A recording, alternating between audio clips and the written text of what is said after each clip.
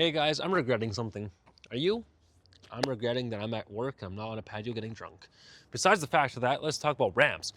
Well, a lot of people have been buying trucks and they trade them in relatively sooner than they have, all right? Example, my boy Hayward.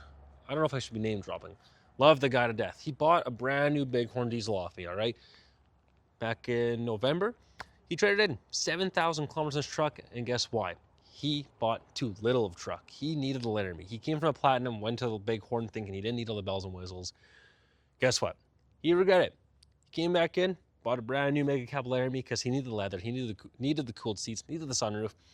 But that's just how that goes. So I'm regretting buying not the right truck from the beginning. But now let's talk about the guys that regret buying too much truck, all right?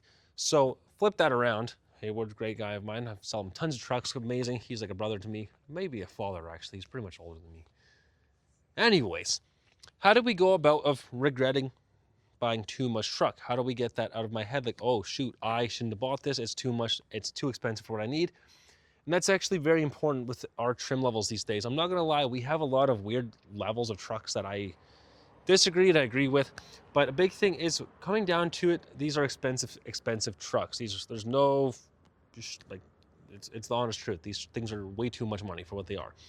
But how do you avoid of going and buying these Laramies or the Limiteds for these $130,000 price tags that you don't even need and you think you need, but your ego got ahead of you and you drive away and you're like, you have happiness, you got the nice truck, but you got buyer's remorse because you just basically went bankrupt buying a truck. How do you avoid that? You sit back, you look at all of our trucks here, you talk to guys like myself who's pretty honest and tell you what it is do you need these options? Do you need the Limiteds with the fender flares, the 360 cameras, the power running boards, the passenger display? Do you really care about that for the $16,000 package option? Or can you live with a Laramie that has all the bells and whistles, just the heated seats and all that stuff? Or do you need just a plain Jane work truck for the 80,000 bucks?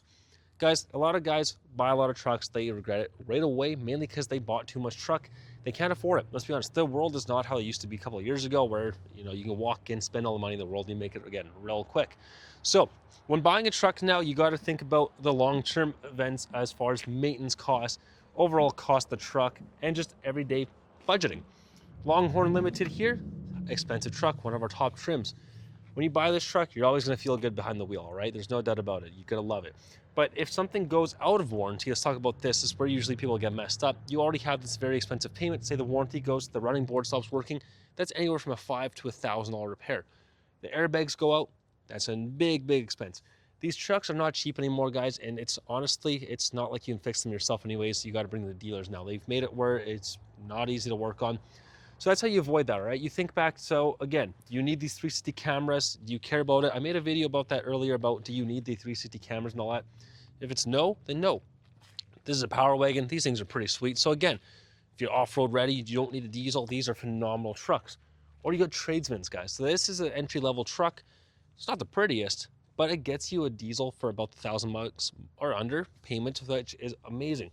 A lot of guys are buying these trucks because think about it, if you need the truck just for camping and getting around, do you need the luxury tech? Do you need all that stuff? These trucks still pull 30,000 pounds. Guys, you're saving 40 grand just because of a badge.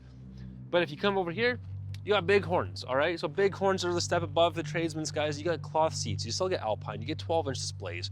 You get the heated seats, remote start, the heated steering wheel, the fifth wheel prep, the cab lights, but you're spending like the 100 grand mark, not the 112 for having leather. So there's a big fine line with our trucks, guys. I have to agree that we have a little bit too many trims and packaging going on, so it's a little bit more difficult to understand what you really need.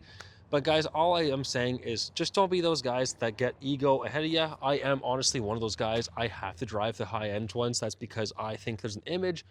And when it comes to reality, it's really useless. I don't use anything in these trucks, all right? I can live with a Bighorn, but if you ever met me, you understand, all right? I can't just sit behind these trucks. I have to have the Limited. It's just the way I am. And honestly, it's the reason I still work every day and I'm not retired at 25.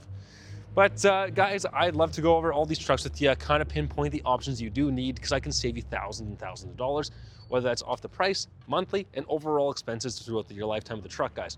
So for more information on how to figure out what you need in a truck and how not to buy too much truck, give me a shout, 780-942-3629.